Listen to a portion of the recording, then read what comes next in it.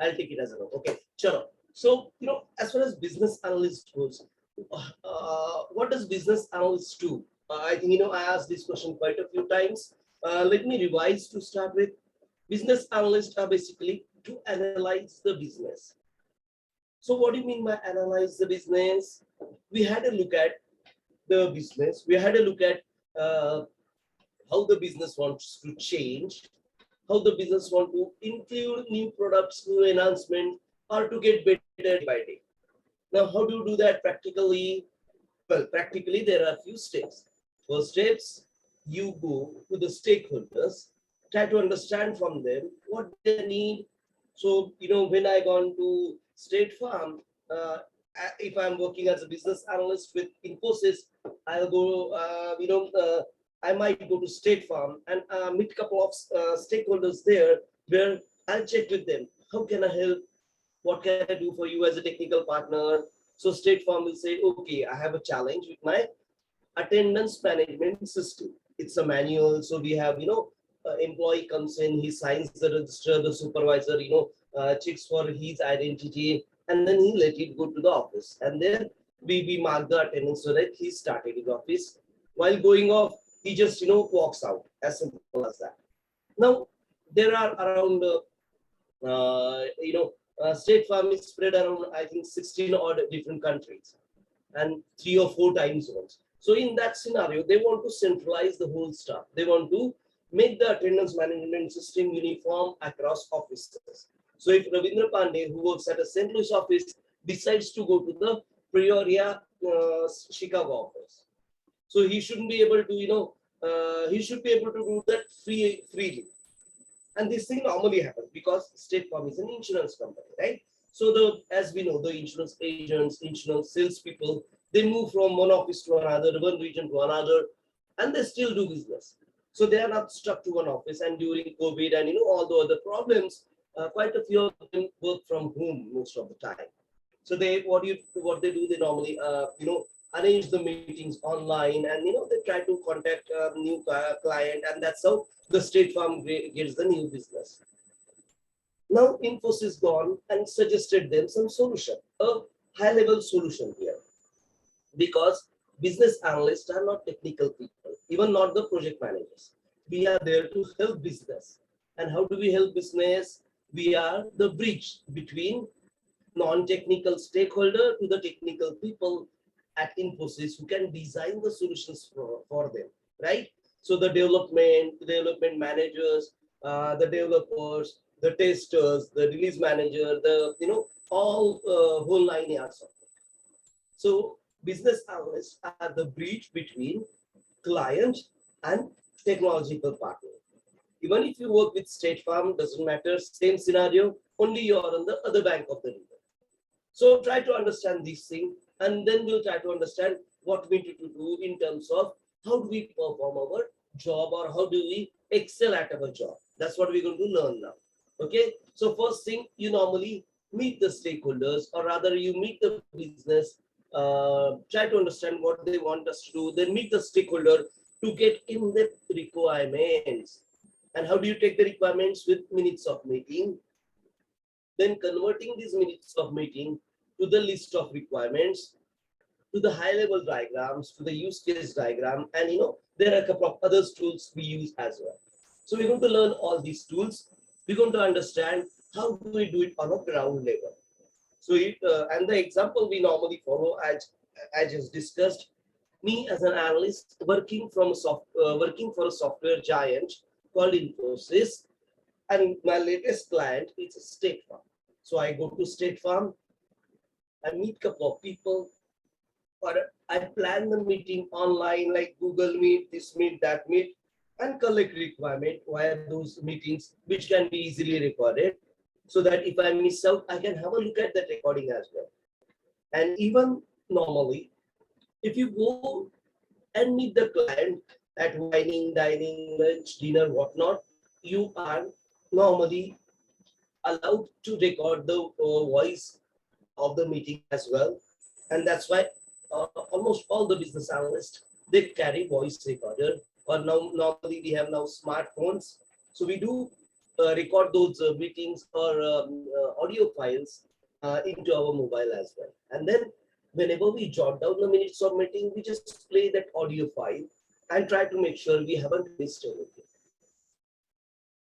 And in case if we have missed, we normally ask the stakeholder or the other meeting members to check out if I'm to let me know in case if I missed out of anything out of meeting. Okay, and then we'll have a look at a template, a kind of standard Word document which we use for fill in the blanks whenever we do minutes of meeting. Okay, this is from Wipro. So if you join TCS, there could be some different document. Table could be up, text could be down, this can be right, that can be left, but more or less the content is similar. Only the up and down, left or right, that does matter. The color that might differ because according to the organization rules, we choose the templates which the organization prefers, and that's the way we get aligned with the quality policy of a client. That's a normal scenario, right?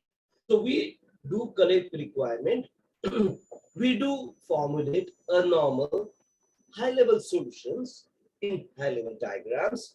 Then we go and detail any requirement in terms of use case diagram, in terms of any other diagrams which will support the description to the development team, so that they don't have to go to client every time, to the state farm people, and ask the same question which we have as an analyst we have asked them earlier. Okay, so we try to collect concise requirement, a complete requirements. That's what the normal word used in terms of business analysis work culture, right? And then these what we do, we hand over this knowledge to these technical teams, the development team, the architect teams, the designers of the teams, and they formulate a solution. They start construction a solution, and we help them to do it better. So we are a kind of in an advisory capacity as an advisor, as an external reviewer. I review these designs, I review their work so that it's in alignment with whatever we have created as a document. So as an analyst, our work doesn't stop whenever we give or whenever we transfer the knowledge or transition the requirement to the development team. We do work to support them throughout the construction of a project, product, or services, and we try to make it a better quality, better aligned with whatever client shared with us as requirement. Does that make sense? Anybody have any challenge in understanding what I'm saying here?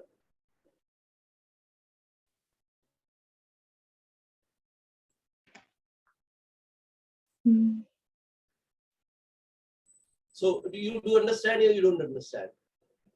Or could you hear me all? Means, what I'm speaking, could you hear? Yeah, it's good, Rohit. Yeah, we get it. Okay. What's the difference between the stakeholder requirements and the solutions requirements? Okay, good question. Good question. When stakeholder comes to you and tell them, "I have a big problem in my attendance management system," okay, and when you talk about solution requirement, these are: should I use biometric if you want to automate the attendance management system, or should I use the iris scanners, or what type of methods do I use to fulfill that requirement? The stakeholder just shares the requirements with you. The solution requirement is basically there's an attachment of how we are going to address that. Okay. So we as a business analyst, we create solution requirement. The stakeholder shares their needs with us. Normally, stakeholder requirements are the needs, and solution requirements are what we are supporting those needs, or how we are solving the issues or supporting their needs. Does that make sense, ma'am? Yeah. Okay. So I think you have another question. So, like stakeholder requirements might be the a high level solution, and the high level requirements and the solution requirements are the low level, the nitty gritties of how would that solution is going to be implemented. Yeah. high level, low level words are used by development team mostly in case of the design. So we Design, don't yes. words for requirements. Okay. Normally, the stakeholder requirements is a not correct label in this sense. It should be a stakeholder wish list, stakeholder needs, stakeholder problem area. That could be a better label here. And Okay. solution requirement, we are just evolving those requirements. Okay, when you say high level, low level, the technical team demarks these labels with high level in the sense bird's eye view, low level in the sense in-depth view. Okay, when you say high level diagram, we are looking at a bird's view, bird's eye view kind of diagram. So it's like kind of 3,000 feet diagram. Right. And when you say low level diagram, you're talking about each and every class you want to develop, each and every biometric you want to deploy on each and every office, each and every door. So the nitty gritty of the solution is the low level. The high level is basically we are going to use biometric, which is far more sufficient than the actual requirement in a typical document what we create as a business analyst. Okay. Okay. Right now we are concentrating on business analysis roles and responsibilities. Okay, what the low level diagrams or low level detailings are done by the architects of the world, the designers of the world, because they are trained to do that. We are trained to gather requirements. We talk to clients. We try to build a list of requirements, and then we try to ponder on how we can solve those problems. Okay. So that's what called high level diagram or high level solutions. Okay, and we're going to do that. Don't worry, I'll teach you. It's not that difficult. But if you go to low level diagram, it's difficult because then you need to really go into the depth of the .NET, the Java, the on Android, and all those type of technological implementation. Okay. But yes, so let's not use those words. See, these words do matter whenever we speak as an analyst, whenever we speak as a project manager. We tend to be non-technical. If you know, if you can explain, well and good, but normally business analysts or project managers, they are non-technical people. There could be technical business analyst, there could be technical project manager as well. Okay, we'll discuss that whenever we do hands-on workshop, and you'll understand it. Okay. Okay, chalo. Let's take a further step and try to understand how do we do it. What type of traits do we need as a business analyst? So what we need. With the previous slide itself. So what is the transitional requirements? How is it different from the other two requirements? I'll explain again, no problem. Solution stakeholder requirements are the needs of the stakeholders. Yes. Solution requirements are basically how are we going to implement it? What we collected, and these are bundled in a template or a document, normally called as system requirement specification. I mean, we transition this requirement to the technical people, to the project managers, the designers and architect of the world. So that's why they call them as a transition requirement. So as a business analyst, I do transition the requirement and transition the requirement to the development partners, constructor partners, or constructor teams, development teams. Does that answer your question, ma'am? Yeah.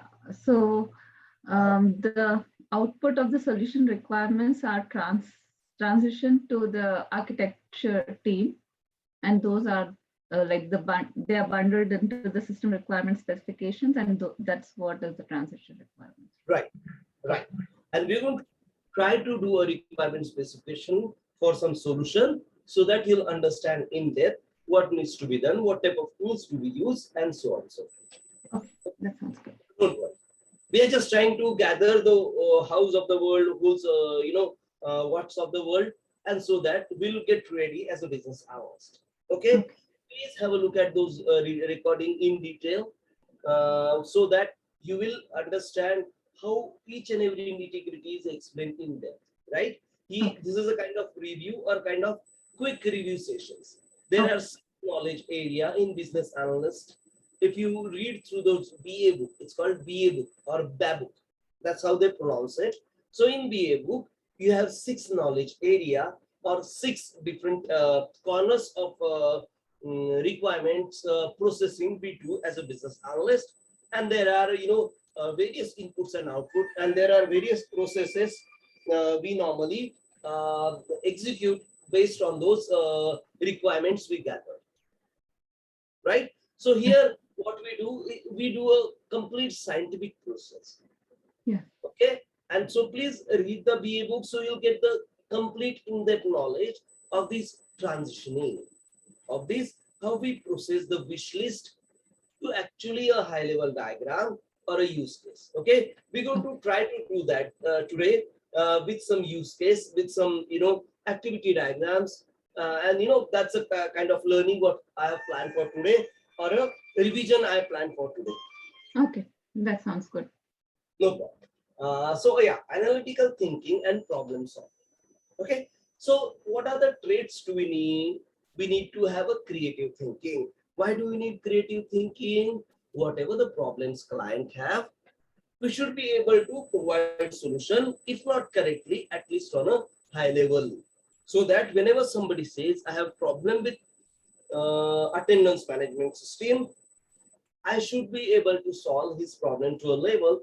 Okay, I got the idea. See, we had done this thing for that client, we have done this thing for that client, and let's try to ponder on which is the more suitable to you. So you are providing them some option. You are helping them to decide which option is better for them. And one solution doesn't fit all. So State Farm might choose biometric, isometry, iris scanners, and hell lot of other ways to make the attendance system automated. It depends on them because they're going to pay for it. They're going to spend their revenue on building this solution for them. And that's how they came to us for a help as a technical part. So creative thinking, decision making, learning. We don't need to know everything in the world. We learn step by step.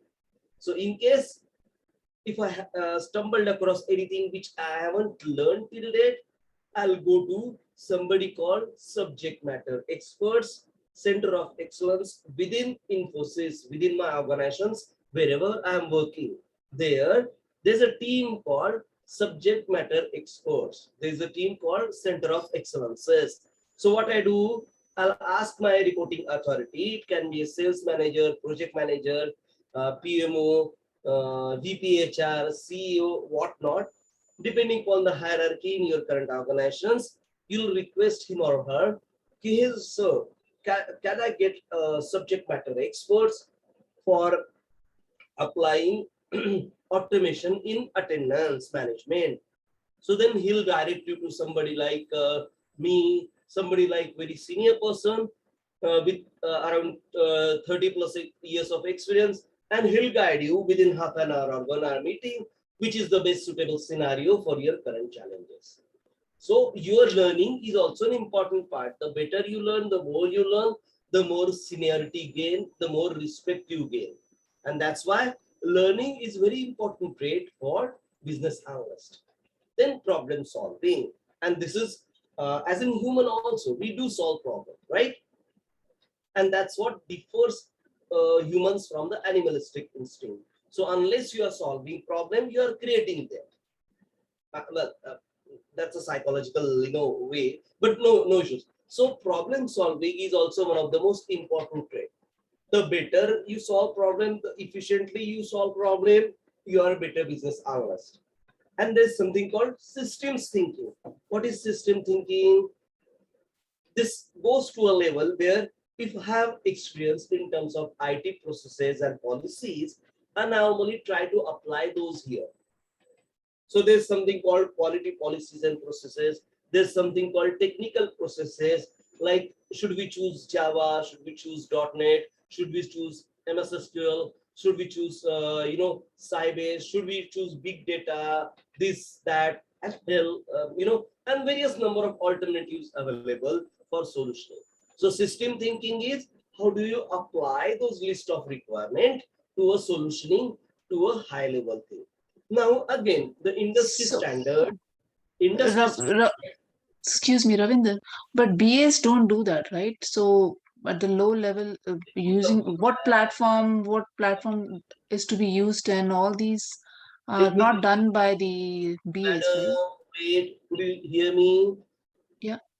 Yeah, so let me complete my sentence. Okay, what I'm trying to say, system thinking is one of the what you can say trait which basically extends from a simple solution providing in technicality to a solution providing in depth. Okay, now there are technical business analysts, there are normal business analysts who are basically kind of junior, kind of thinking through or helping the client. Now here the technical analyst can be architect, can be designer as well. There are some analyst and designer who is working as a business analyst in this world, but they are far and few. Yes, they demand the best possible salary or remuneration for them, but normally a business analyst with 100K plus of salary package is a business analyst who can understand the problem and provide a high level solution. So then don't normally go and discuss about .NET, Java, Android, the Sybase, big data, small data, and all those words. They normally discuss, oh, attendance management system. So I think what we did it for my last client, let's try to think about, there are two options right now on the table. One is with the biometric, one is with the iris scanner. Biometric cost around $60, iris scanner cost around $300. And yeah, let me share those advantages, pros, cons with you so that you can decide which is more suitable to you in terms of attendance management system. If we are discussing any other problem, you will discuss any other alternatives and you will basically present them with all the data. Here, the systems thinking is more aligned towards implementation of the solution. So in what scenario are you implementing solution? What type of technical, these are called third party components, the iris scanners, because you don't make iris scanners as an Infosys. You normally procure Philips iris scanner, Sony iris scanner, this iris scanner and that iris scanner. So you procure a ready-made iris scanner or ready-made biometric scanner. Biometric means fingerprint scanner. Iris scanners means where you scan your eye to make sure you are Ravindra Pandey and then you'll be allowed to enter. So these options normally came to you whenever you gain seniority in that specific domain. Domain is basically a branch of business. Like banking is a domain. Uh, Human resources is a domain. Financial is a domain.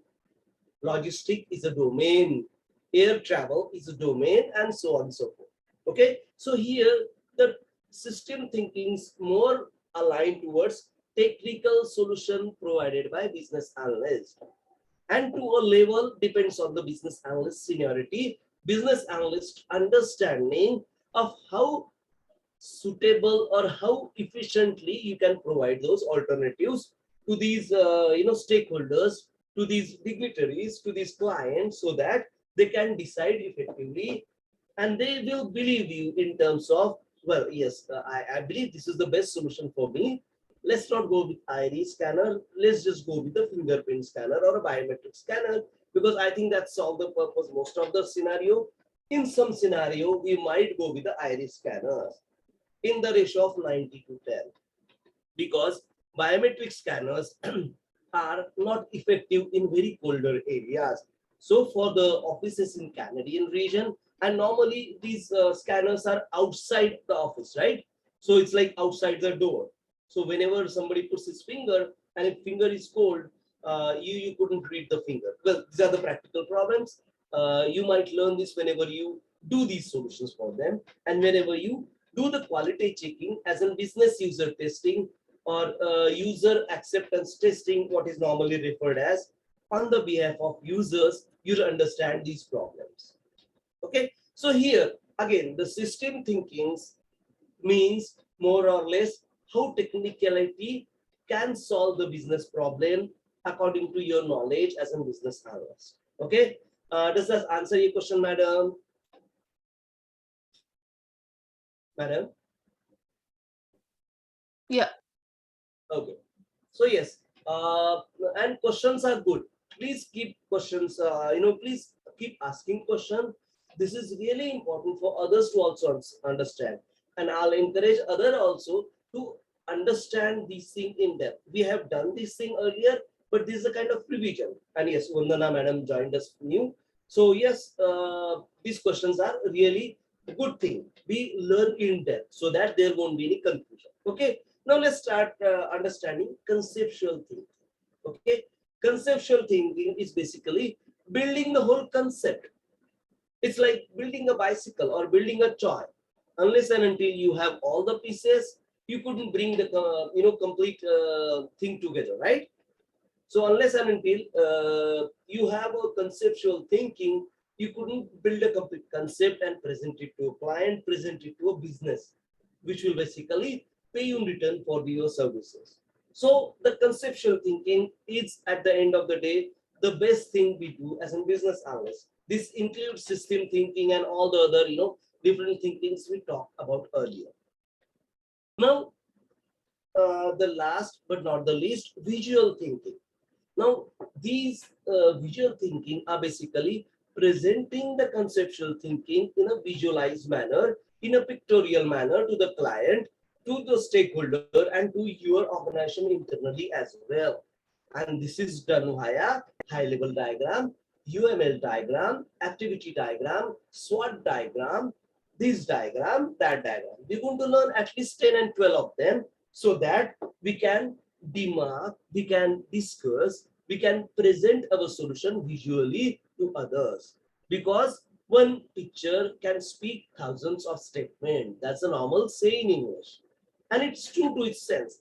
One picture can give you a much better idea than reading a novel or then reading a complete, pages, right? So that's why we normally use visual thinking to make a concise presentation, to make a quicker, efficient way to share the idea with the stakeholders.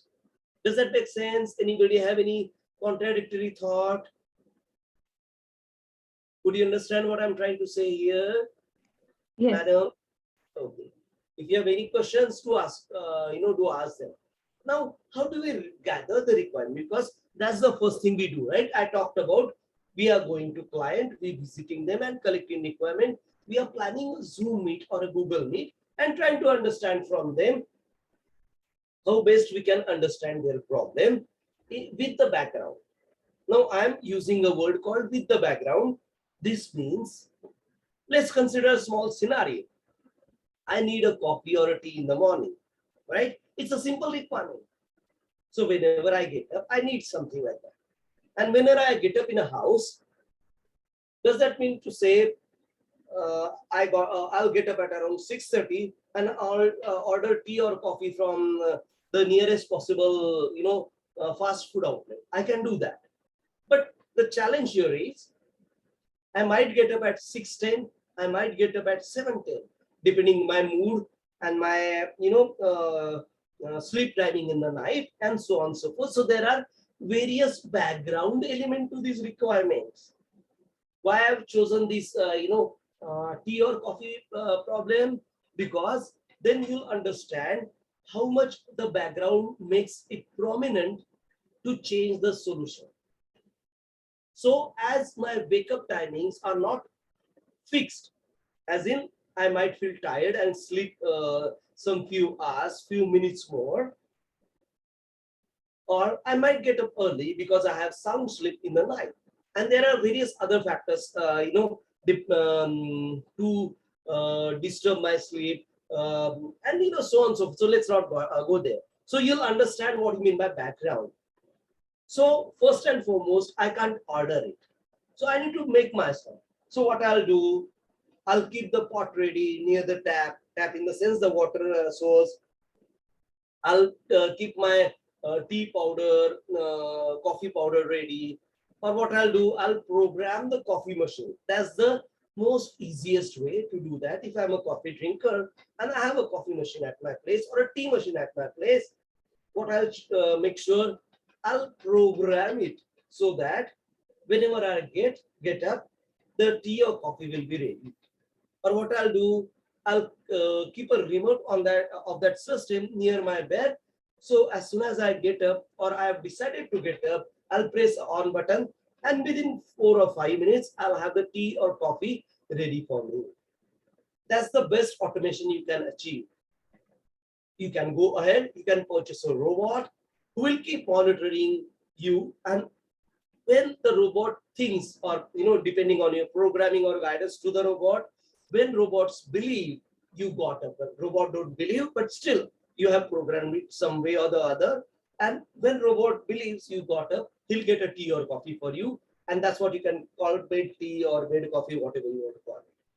So you can go to the n number of possibilities and permutations for building a conceptual solution for a simple problem like getting a tea or coffee early in the morning, because the bit means, well, I'm a tea drinker. So whenever I wake up after brushing my teeth, the first thing I want is really big cup of tea with ginger, cardamom, this, that, masala, and all those things, so that you can kickstart your day in a much better sense. You are energized. You can share your thought process. You can explain various difficult points to many other person, because it's morning in India. It's now 7 a.m. in India. So for these things, you need a good cup of tea. You need a good cup of coffee if you like coffee. Depending upon your personality, the requirement changes. Depending upon your thought process, the requirement changes. Depending upon the background. So background is very important. So with all these, we need to come up with a list of requirement which is much more suitable to their problem, which much more aligned, or try to concentrate on their problems and the solution we are trying to suggest, and build a solution conceptually. That's what business analysts do. We are a bridge between the client and the technical development team. Okay, so we build this step by step. So how do you gather requirement? Because requirement gathering is one of the most crucial part we do, one of the most crucial processes we do. Now, in good old days, the project manager used to work as a business analyst, because he is going to acquire the knowledges, and then he don't have to transition to anyone. He just basically share his knowledge to the development team, and development team start constructing those things on behalf of the project manager as a leader to them. But nowadays, after so many deliberation and thought process, there are big industry leaders and institutions like Institute of Engineers, Institute of Management, like Carnegie Mellon, the Project Management Institute. They have started thinking the failure of a project is basically maximum with the requirement creep or requirement destructions. Now, what these two things means? Pardon me for that. Requirement creep is, client said, I need a simple scenario like attendance management solution, which can be easily done with a manual process. But then he said, I need an automated scenario. So I suggested them biometric as in fingerprint scanner. But there are some offices in Canada who couldn't read biometric because of all the other challenging scenarios. To solve such problem, we need to go to a depth to understand the requirement, to understand the nitty-gritty of a problem, and then provide solution. And as normal, one solution doesn't fit all. So normally, it's a mix and match of solution, whatever we give to a client. Now, we should be senior enough to understand, to create these solutions, to visualize this solution by ourselves.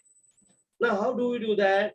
There are some 8 to 10 alternatives to gather requirement, which will make sure the requirements are concise, the requirements are complete in themselves, the requirements have covered all the backgrounds, in the sense how these requirements are being generated, how these requirements are being evolved. And this is what we call elicitation of a requirement. Okay, so we elicit requirement, we make sure the requirement evolves around the thought process of business solution, and that's what we provide as an analyst. It can be a conceptual, non-technical. Okay, so let's try to understand why and how of the word. Okay, so these tools we use are the techniques we use. These are the techniques, not the tools. Tools we're going to learn afterwards. is brainstorming to identify possible solution to problems and clarify details of opportunities. Now let's spend a few minutes on this. Brainstorming is basically discussing in a minute, in a meeting, like we're discussing, right? I'm not a chairperson. I'm a mentor. You are the, mentee. So you try to gather the knowledge which I have just put through. I put a thought process and we debate on that. Is it a right? Is it a wrong? Sometimes it can be wrong. Sometimes it can be right. Sometimes we need to think it together. There are some good solutions coming from many of the other business executives. So when you meet the VP HR of the world of State Farm, when you meet HR manager of the world from a State Farm as a company, we try to get different angles or different wish lists to this requirement. So the word we use is wish list. So if HR executives say, or HR manager will say, if he's joining your Google Meet from Toronto or Vancouver, he say, "Hey, business analyst, I got a problem here of implementing fingerprint sensor because last time we tried that a few months ago, there were challenges in getting the exact attendance because in colder days, we can't get those fingerprint read clearly because of those ice deposition. Well, the way fingerprint works is basically it reads from your oil of your fingerprint. Yes, we have oil on our fingers, and that's a proven scientific fact. Okay, that oil gets frozen below, I think, some 4 degrees or so. So if you have a temperature below 4 degrees, or rather in Vancouver and all those places, the temperature can go much below 4, like below 10 degrees and all. So these fingerprint readers couldn't work effectively unless and until your hands are warm. It couldn't really melt the ice on the surface of the fingerprint scanner. Where of course you don't normally have ice on your fingerprints. In those cold regions, that can be a possibility as well. So what you do, you normally use iris scanner there, the eye scanner. Iris is the eye scanner. Okay. So whenever you use iris scanner, your eye is more protected than your fingerprint. And iris scanner don't have to be contacted. Means your eye doesn't get in contact with that iris scanner. It's still apart by few inches, and the iris scanner can read your iris, read your whatever. I don't want to go into detail of how iris scanner works, but yes, the iris scanners can read your eye, within few inch of your things. So iris scanner doesn't get what you can say, the ice layer or something like that, because you also protect your eye with your base thing. If your eye has an ice or any layer of powder on your eye, it means that your eye is not functioning properly, or you're not using your eye, which is not the scenario at all to be considered. So we try to understand the background. We try to understand the challenge in implementing solution with the brainstorming. And how I know? Because that person has spoken to me, or the SME can guide you on that. So this is the things which also encourage learning, also gathers quite a few scenarios which are not, which will not come to us as an exception to the solution. So brainstorming is one of the best techniques we use as far as gathering the business requirements. The second one is document analysis. Now, document analysis is basically many a times the clients share some document with you. Like the client might have tried to do automation to the attendance management system in the past months, years together. So what he'll do, he'll try to share something with you in terms of how their thought process of generating a solution has started.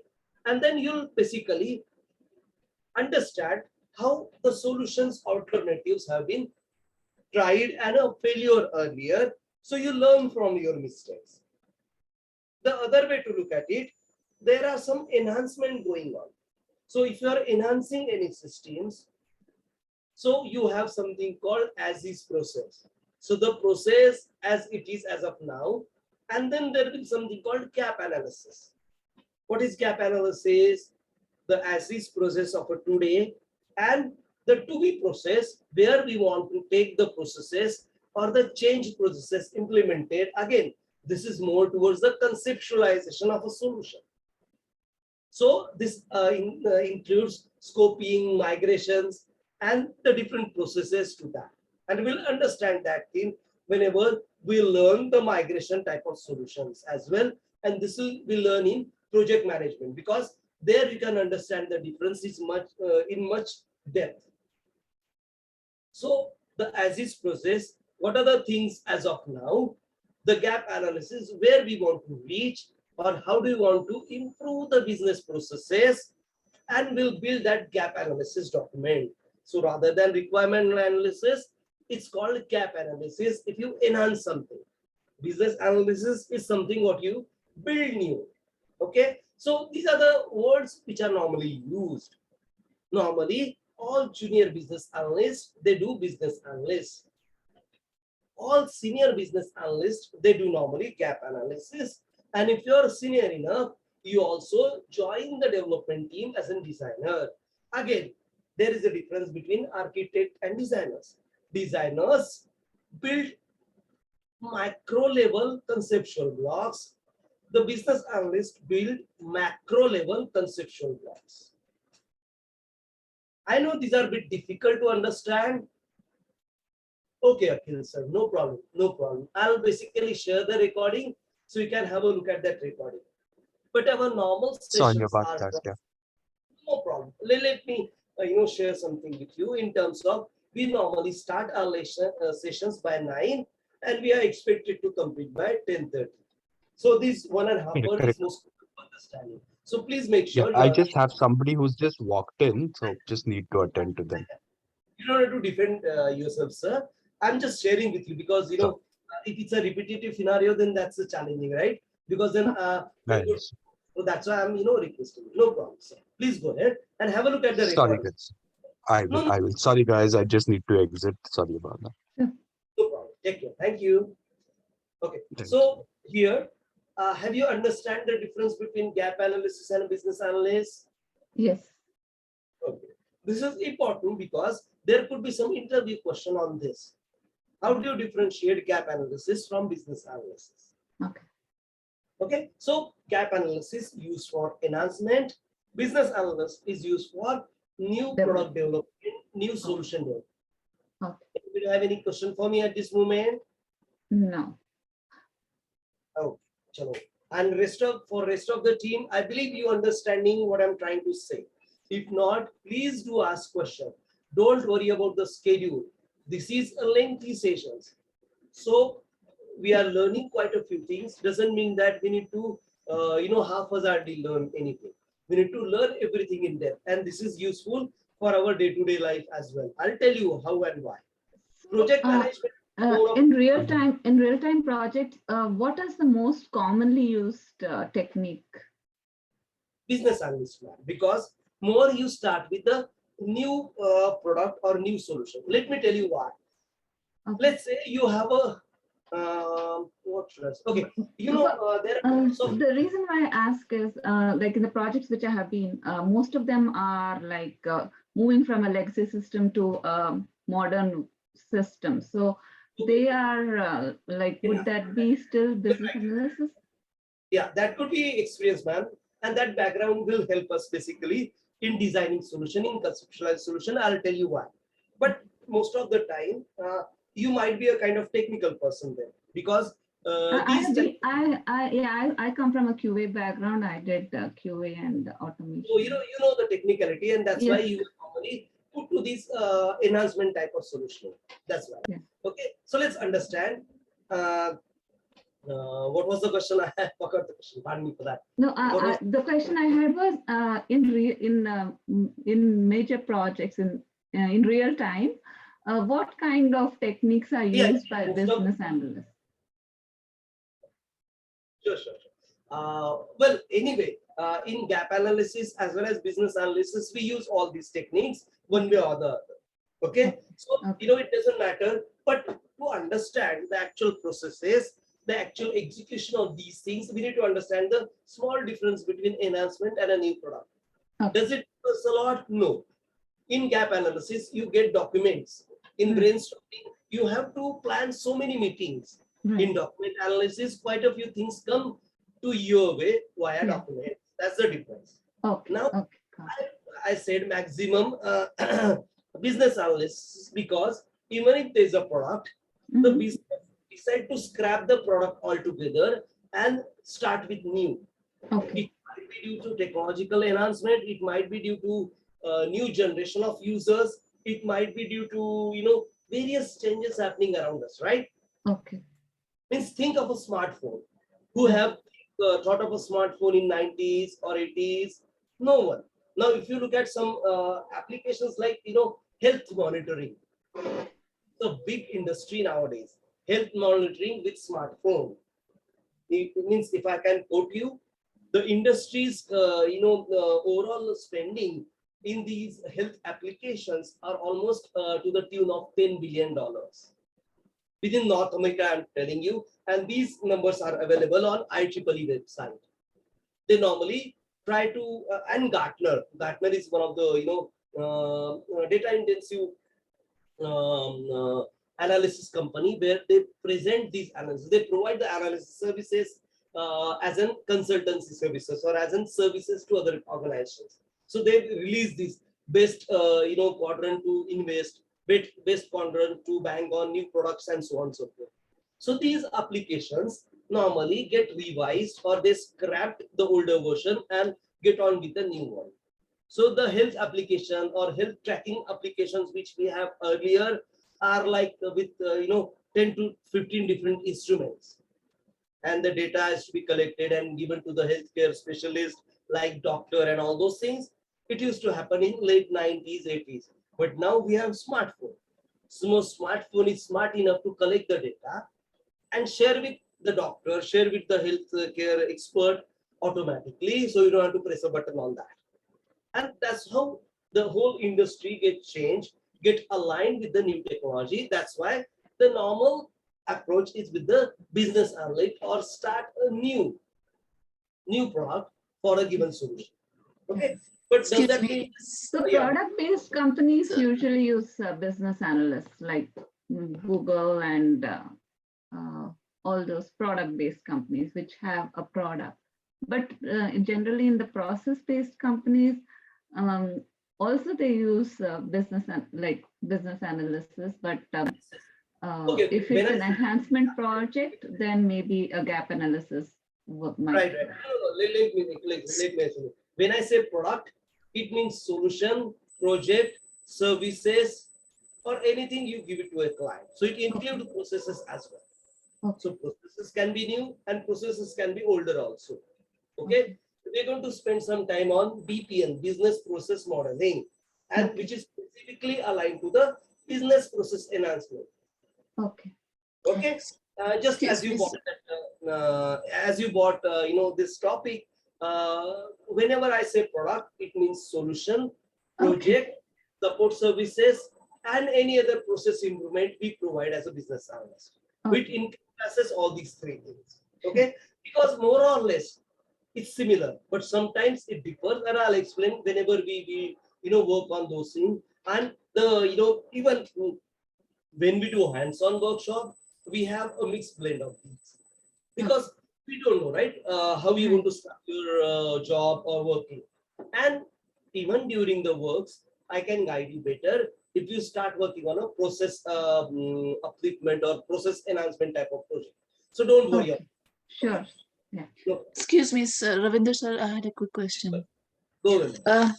You said the gap analysis is actually for the gap analysis is usually done by the senior BAs and the business analysis is done by BAs. So, but in case of gap analysis, they already have some documentation or knowledge of the existing processes as compared to developing a completely new product or a process or a business requirements, right? But don't you, I mean, I'm just trying to visualize, don't you think for the new thing, for the completely new product or a new business function, Uh-huh. shouldn't it be senior BAs for that and just junior BAs or just beginner BAs for the gap analysis? Because gap analysis is not too much, right? You just have to understand the existing process and what do they actually require, and then just fill that gap or enhance the old process. So when I think about it, senior BAs are more suited for the new product that they have to make, the complete new product based on their experience and everything, because then they can use all these techniques, right, more efficiently than just the BAs. Great question. Now let me tell you, you have or you own an old car. Let's say you own uh, Dodge Thunderbird. Dodge Thunderbird was a kind of 700cc rear drive car, which is used by mostly the guys or Ferrari for that matter. Ferraris are normally old, and we as in middle class people, we purchase this Ferrari, like older Ferrari, if we are really have a place for Ferrari or these type of fast and car. Okay, now as a driver, let me ask you a question. If you are a new driver, will I let you drive these Ferrari or Dodge Thunderbird kind of cars, older cars which have too much power? What do you think? No. No. Yeah. Why not, ma'am? No. Let's discuss. See, this is a really good question, important question. An interviewer might ask us questions to you if you go to the final leg of business analysis interview. So yeah. So tell me, why do you think I shouldn't give such? It's not a costly. It's an old car. If it's get junk, I hardly care. But yeah, I love that car because I kept that car. So there's a more of emotional value rather than economical value to it. But I will not give it to a new driver. Why? Because of the value you hold to it. Mm-hmm. No, that's not a question. Let's scrap that one. No, the value is not in a question here. Well, the love, yes, some level, yes. But what other? What could be the other reason? Because they Because you don't know find how them it too works many. and stuff, so they can envision what can be enhanced in that particular car. Yes, partially right. Think it through. Yes. Nabia madam, please go ahead. You were saying something. No. So why do you think? Why shouldn't I give a new driver my older car?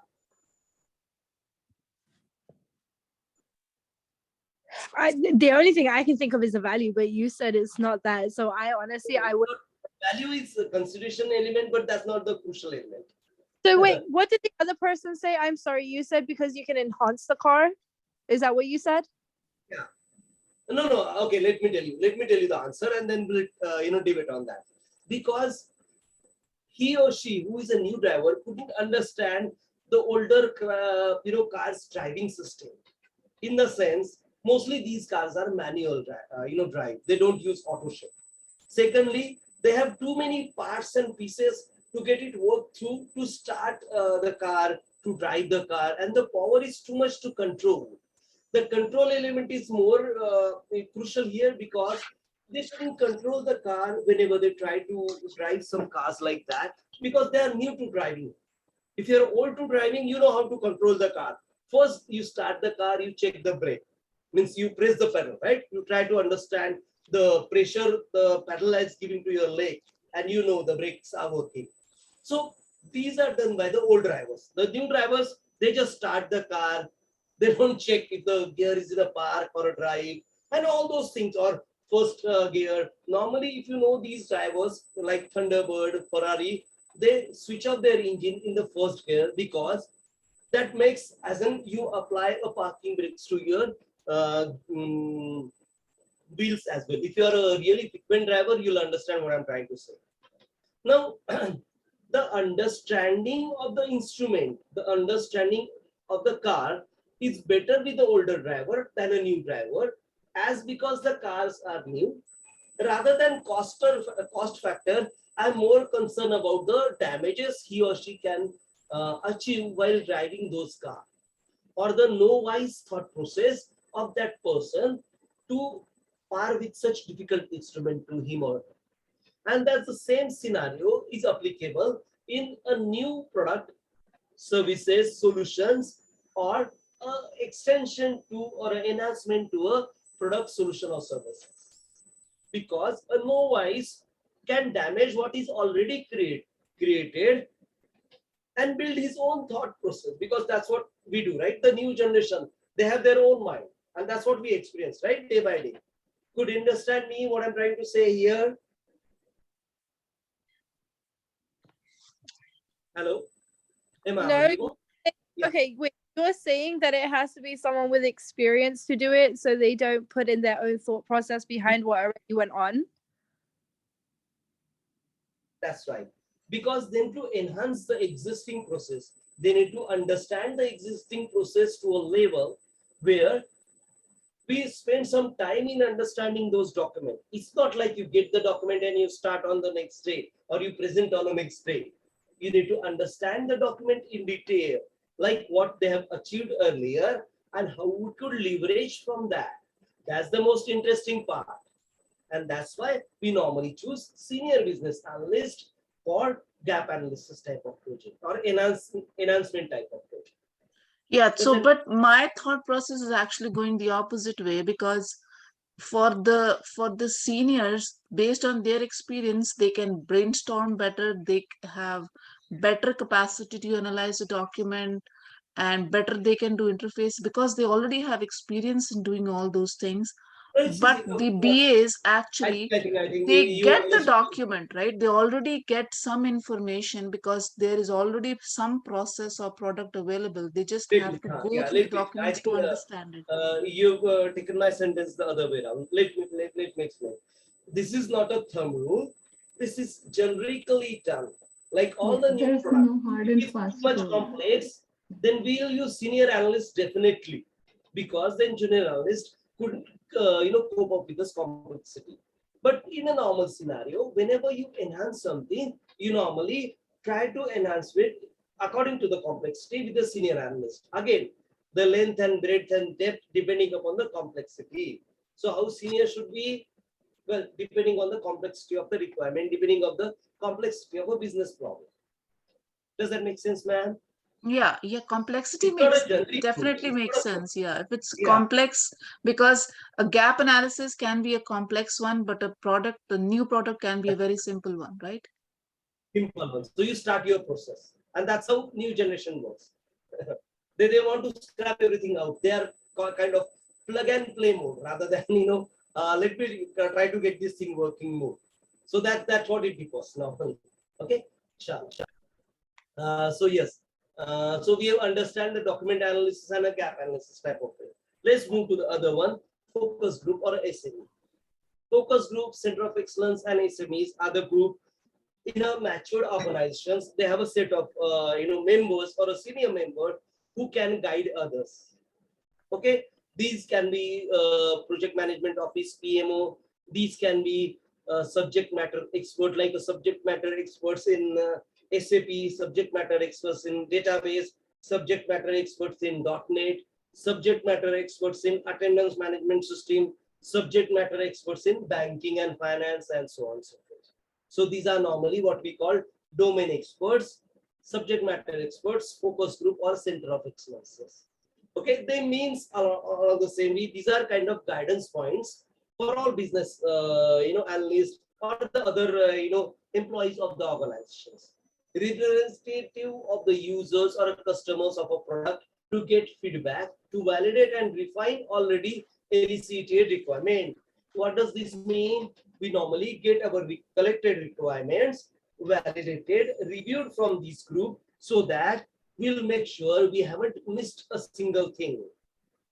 This is important from a long-term perspective, because even if I give a gap analysis project to a new business analyst, there could be a reviewer or a subject matter expert who will help him or her to a level to make sure there is no gap still there in the requirement, from the wish list of the business users, from the requirement shared by the business user with that analyst. Does that make sense? Would you think it's really This happens. value addition? Go ahead. This happens with a complete group of Come on. strangers, right? I really couldn't understand your question. This happens with a complete group of strangers, right? It's not like anyone that knows what you're trying to do, correct? Like the focus group itself. It doesn't happen with anyone within the company or the No. group. No, even me, means person like me with 28 years of experience, we do go to SME for certain things. Let me tell you a real example. Means I had a problem with one of the, I was architecting a stock exchange solution for a commodity exchange in India. So we are trying to shortlist a couple of good, product to be integrated with. And then what I did, I had a really big problem of understanding the transitional data type of solution. So I took a help from a big database administrator, which is younger to me. He has around 20 plus years of experience, but he had in-depth experience of this data transition problem and with stock exchange. So he's a kind of SME to me as well. So it's not like that only novice or only new business analysts use SMEs. A very senior persons can also use SMEs, because in a given life you can't learn everything, right? I don't know much about avionic processes. I don't know much about healthcare processes. For that, I'll leverage SME. And we do these things unknowingly every day. I might call a friend to check out on, is this the right choice of clothes? We do that, right? You check with her, like, how do you think, how much this, red dress will look on me? What do you think? Because he or she have seen you earlier many a times. He or she knows your complexions, colors, or he or she have better idea of color combination than you, and that's how you believe. So he or she is your SME for color combinations. We do that thing in real life. And similarly here, these are what we labeled as a focus group, subject matter experts, or center of excellences. So center of excellences of color matching could be your friend. Okay, Chalo. Let's take a step further. Interface analysis. This is user-centric design approaches. Now, these are specifically evolving area, and this is what we normally call as usability engineering. We'll not go into depth right now, but whenever we do product engineering, product owners will go into the depth of user-centric design or UI design components, UX designing component, usability engineering. That's what they call in a real life. Okay, so let's try to understand what does this mean in a as per the requirement of the business analyst. Normally, we are creating this solution, services, product for a user, set of users. In our normal examples, we normally create these for the individuals working at a state farm. So understanding their technical level, understanding their level of thought process, we customize a solution for them because they are the users, they're going to use it. And we have to make sure whatever we do best. How do we do best? We make sure it gets used by maximum users, if not 100%, at least 98, 99%. And then it's useful to the client, and that's how they're going to pay us, right? So if it's used by quite many, and used happily, it will be beneficial for everybody. It's a win-win solution, a win-win situation. So for that, engineering institutes develop with the idea called usability engineering. Now, usability engineering is basically talks about simpleness or simplified usage of a given solution. That's the actual definition. What does it mean? If you know the TVs in good old days, we used to have so many buttons. Means if you use TVs, I think most of us are from India, so we know TVs with almost 25 plus buttons, because there are around 12 channels. There are on off. There's a separate button for volume. There's a separate button for volume increase, volume decrease. There's a separate button for color adjustment. There's a separate button for brightness adjustment, and so on and so forth.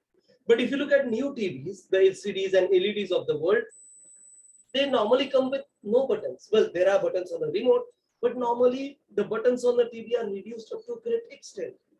because that gives a feeling of a simpleness to the user for use. Does that mean that operating LED or LCD is easier than the good old TVs? No, it's definitely difficult. And that's why the remote have so many buttons. But we have removed the buttons from the TV to make sure or to give the user a feeling of simpleness or ease of use. And that's what the usability engineering is all about. We try to include this usability engineering or interface analysis into our designing so that it will be maximum utilized, or it will be more in terms of thought process shared with us by the users. Does that make sense? Anybody have any confusion at this moment?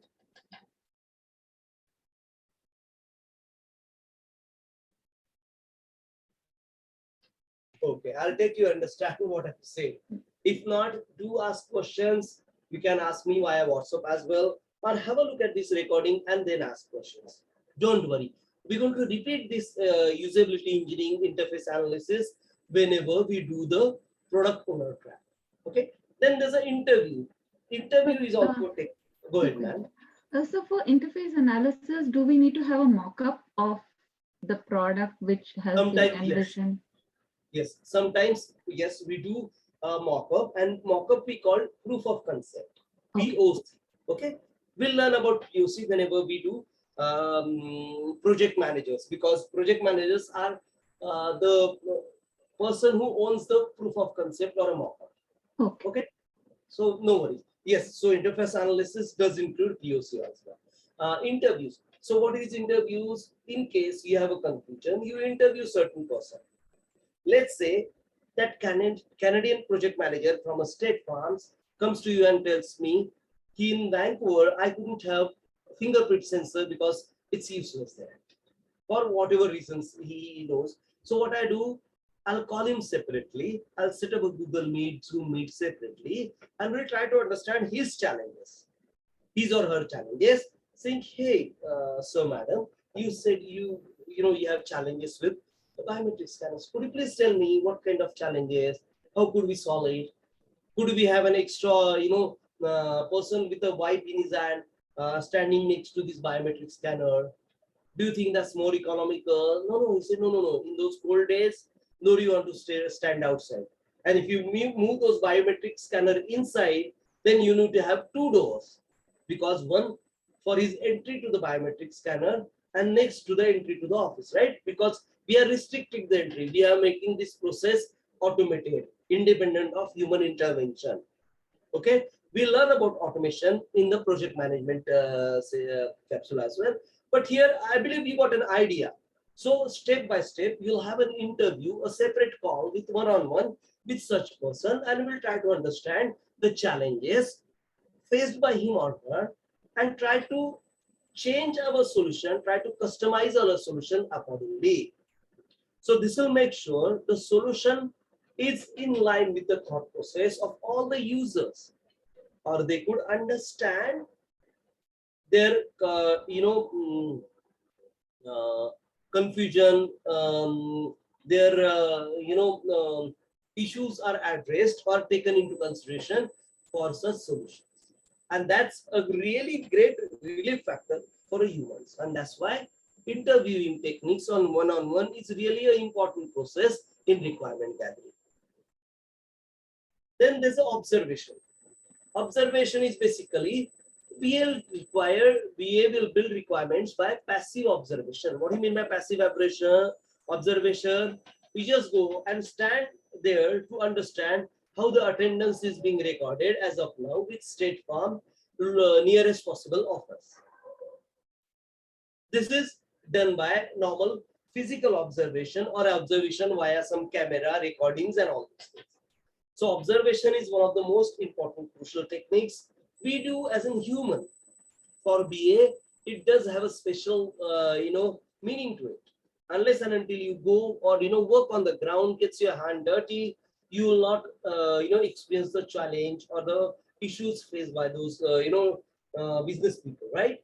So for that, we do observe, we do go on the ground, and we'll try to understand how the challenges or what are the challenges are faced by those stakeholders are passed. Does that make sense? Anybody have any question for me? I'm not very comfortable for the interface analysis. Interviewing is fine. You observe, you interview people, you go to SMEs, you go to do the document analysis, brainstorming. Interface analysis is not actually getting into my mind very Sure, no problem. clearly. Yeah. What type of TV are you using, madam, currently? The OLED. No. The company and the model. Sony. Sony, Bravia, most probably OLED. Yeah, Bravia Okay. actually. Yeah. So, and mostly, if you describe the inches, how many inches are there? 55, 32. 65. Wow, it's a really huge TV, costly TV. Yeah. Now, if you look at the TV, how many buttons do you see on the TV? Just I think 4 on the side, maybe Yeah, right. 3 or And 4. if you Yeah. look at your older TV, you can remember your older TV when you're in India, the color TV means with the big heavy TVs, right? How many buttons do you recall on those TVs? Couple. Just 2 or more? What type of TV was that, if I may ask? It was more like we can change the sound settings also. It was more like 6-7 buttons were there. Exactly. That's what point I want to make. Now, why do you have means you have purchased that TV at around 16 or 17,000 rupees, and in US you have purchased this TV at around 1.5 lakhs Indian rupees.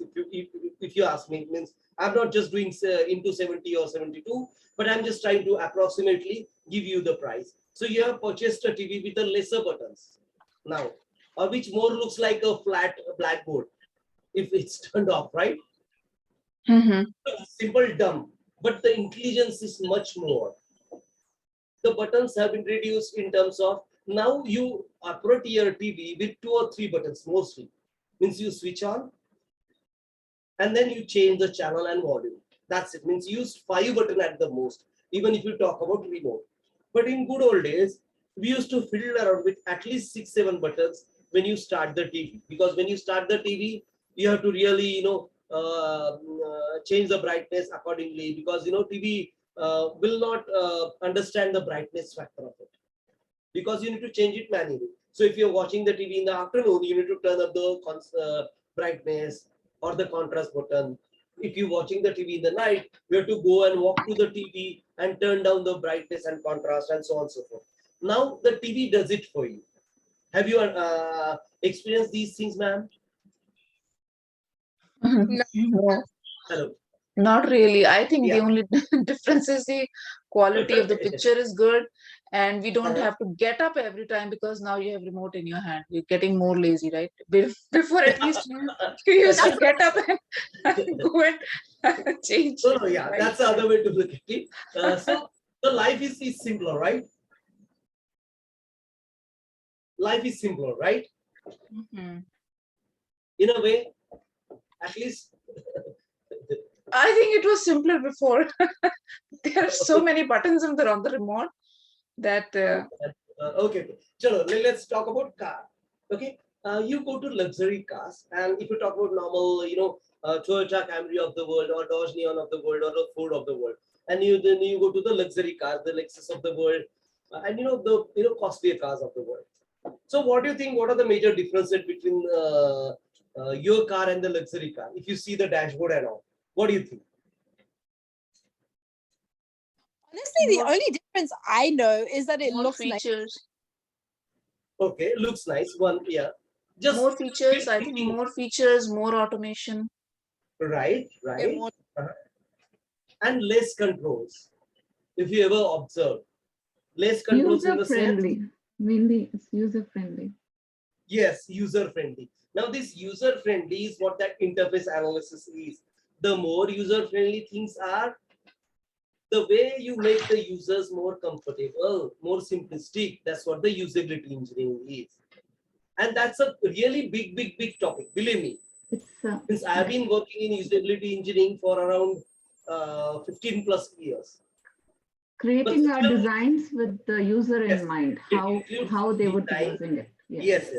Yes, very rightly said. It includes design, it includes look and feel, it includes the response given to the user as well, or how the user will respond to the system as well. That's why these are the consideration are for the product owners. In the sense, the guy who envisioned the idea of a product, solution, or services, the guy who started the idea, like Steve Jobs of the world, who invented or who thought of the iPhone, whenever there's a phone available which 1/3 cost, and still people buy iPhone. Could you understand the challenge here? Yeah. iPhone is more user friendly than the other smartphones because they have lesser button. You just have one button, right, on iPhone to start the phone. On a normal phone, we at least have 3 or 4 buttons. Could you understand what I'm trying to say here? Yes. So that makes more user friendly. So it can be sold at a costlier price. Same with the luxury car. Whenever you enter your luxury car, if you put a finger on your door, the seat will get adjusted, the temperature will get adjusted according to your last settings. Means if you enter Lexus, if it's owned by you, the Lexus will know whenever you press your finger on your door, it'll adjust the seat for you. So you don't have to really fiddle around with the where's the bloody seat bar and I have to get seat ahead or behind. Even the temperature of the vehicle whenever you enter, or the audio control, audio commands, they make your life easy, make you feel more service supporting, and that's what all things means usability engineering or interface analysis or user-centric design approaches. Does that clarify a bit, ma'am? Yes, yes. Now it's good. I know it's really huge topic to discuss, to understand. And if you go to YouTube and try to search these user-centric design components, you'll understand there are a number of videos available. And this usability engineering is one of the most upcoming branch in engineering for solution design, solution analysis as well. So that's why I've included this thing in requirement gathering techniques. Okay, so let's move on. Any other question on these? I'll take it as a no. Okay. Then other techniques, surveys or questionnaires. Now these are used for if the users are away from you and they couldn't really spend time on these meetings, right? So what we do, we develop web page or we send them some survey and questionnaire to get few questions answered so that we can include those things in our design. And these are kind of supporting documents to a requirement list or list of requirement to make sure we have understood the background of the requirement as well. So too many interview with the budget and time constraint normally leads to survey and questionnaire. So we normally get some web pages developed by our development team so that the users in Canada, Spain, Europe solve or answer our questions in a given 2 or 3 days time. Okay.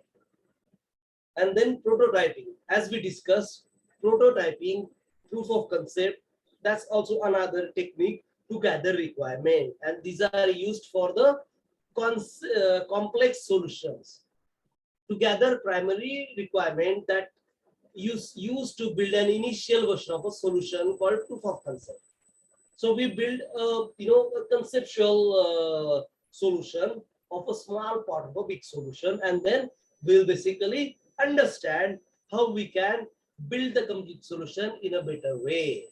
Now I have a really great video to play with you on business analysis training, how to do requirement gathering. Okay, let me play that video to you so that we will understand how to basically how to gather requirement with these and what are the techniques and how does it differs from the tools. Okay, so let me